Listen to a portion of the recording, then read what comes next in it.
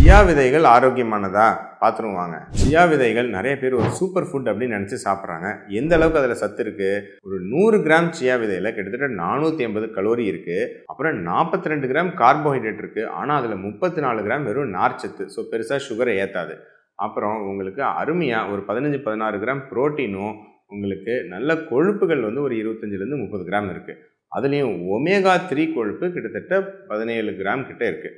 So இது super தானே. நிறைய கால்சியம், மெக்னீஷியம், ஃபாஸ்பரஸ் இந்த மாதிரியான சத்துக்களும் அதிகமாக இருக்குது. நிறைய பேர் சியா விதைகள் குடிச்சா அப்படியே வெயிட் குறைஞ்சிரும், சுகர் காணாமல் போயிடும், அப்புறம் வந்து பார்த்தீங்கன்னா கொலஸ்ட்ரால்லாம் காணாமல் போயிடும், உடம்புல எல்லா நோய் நொடிகளும் ஓடி போயிடும் அப்படின்னு நம்புறாங்க. இதுக்கு சில ஆராய்ச்சிகளும் வந்து இதுக்கு சாதகமாக இருக்குது. இதை பற்றி நிறைய பேர் நியூட்ரிஷனிஸ்ட் இதெல்லாம் பேசுகிறாங்க. ஆனால் இதில் என்ன ஒரு கொக்கி இருக்குது அப்படிங்கிறத சொல்கிறேன். இது வந்து சியா சீட்ஸு, இது பயங்கரமான மக்கள் நினைக்கிற மாதிரி சூப்பர் ஃபுட்லாம் கிடையாது.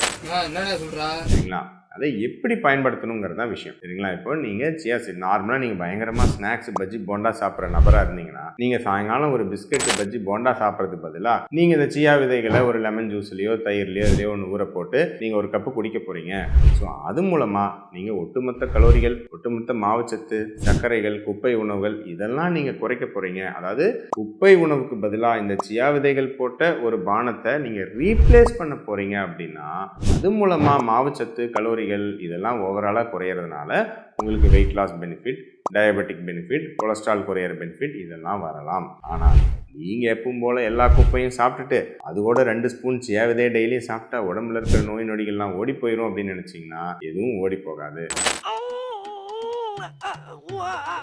சியா விதைகள் பயன்படுத்துகிறவங்க இதை கவனமாக ஞாபகம் வச்சுக்கோங்க. சியா விதைகள் ரொம்ப சூப்பர்னு சொல்கிறவங்களுக்கு இந்த வீடியோவை ஷேர் பண்ணுங்கள்.